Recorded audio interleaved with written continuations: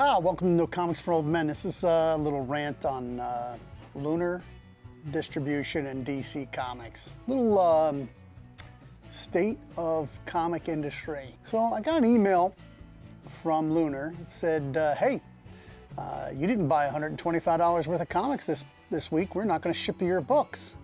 I'm like, I didn't even know that was a thing. In the email it said, if you don't buy enough to $125, we won't ship your books that will be coming out this week until the following week, as long as you spend $125 next week. So even though combined they would still be more than $125, I can only get a shipment if I spend $125 in that week.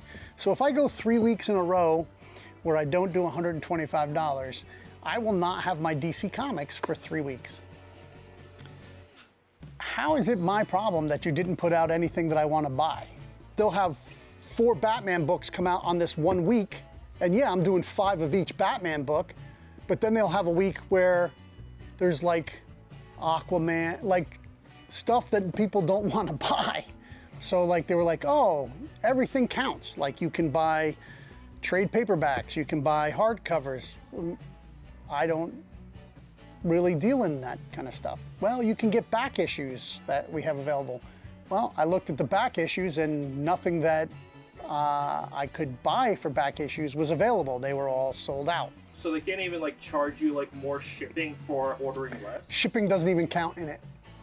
But like, I mean, like if you order less than 125, they can be like, okay, you're not ordering a lot here, so we have to upcharge you shipping to... Well, then that would cut my percentage. Like I have to get the books at a price I can make money on. So like if they cut me to 35%, I give 10% off to my subscribers. So then I'm down to 25%. If you subtract the shipping, I'm probably down to 20%. If I get damages or like, so like the profit, but 20%, I can't live on 20%. Won't pay for the lights, won't pay for... Especially since they're not already moving off the shelf like they used to, right? Right. I don't know if I'm going to be able to continue carrying DC into the future. I went back to their website to relook over everything, and I noticed that they have this running total of how much money I've spent with Lunar Distribution, and it has a new breakdown of our discounts. So if you spend somewhere in the neighborhood of north of $30,000 or $40,000 with them a year, you're at the top tier. And it goes down and down and down and down. So the lowest tier is under $1,000 a month.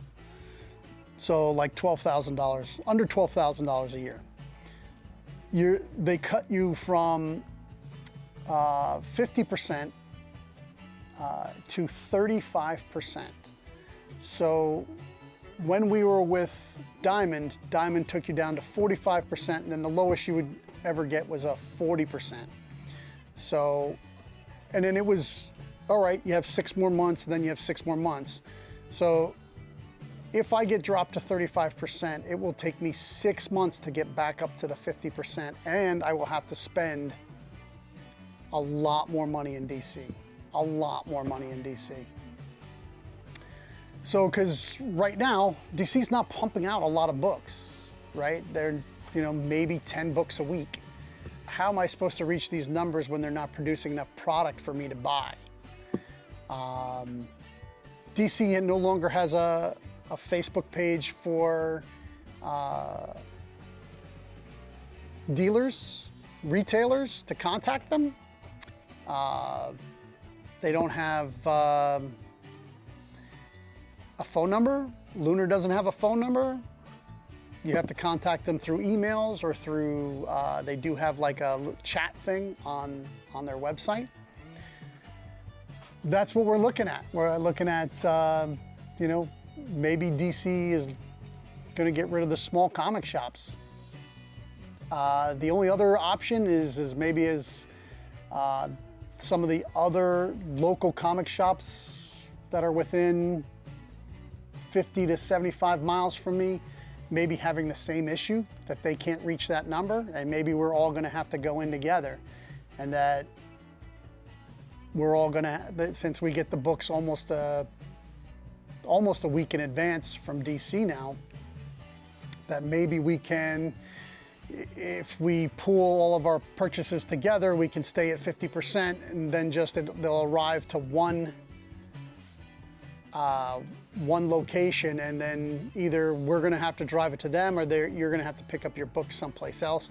Probably whoever buys the most would probably be the guy that gets to keep at their shop, and then we would go and pick them up. The problems with that is if you have any damages, you know, the guy who gets the delivery, it's not going to be him that's going to take the damages. It's going to be whoever arrives last. And then he's still going to have to, since it's not going to be under us, it'll be under whoever that smaller distributor, not even would be distributor.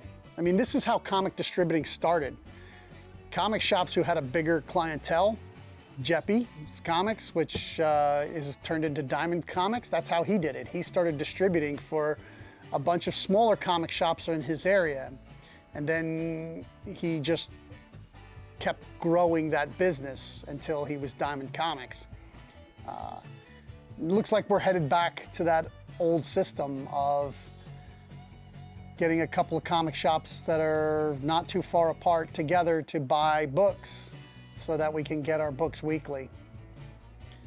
I don't know if you got any suggestions, or if you know anybody at DC that you could pass on to this, that they may lose some of their smaller dealers. Maybe they don't care. I don't know what business model they're looking to move to. I know a lot of things are in flux right now, but it definitely could interrupt comic sales for DC in smaller markets like us. So that's just my rant on the state of comics in August of 2021. Keep reading comics. Like, share, subscribe. Hit us up on all our social medias.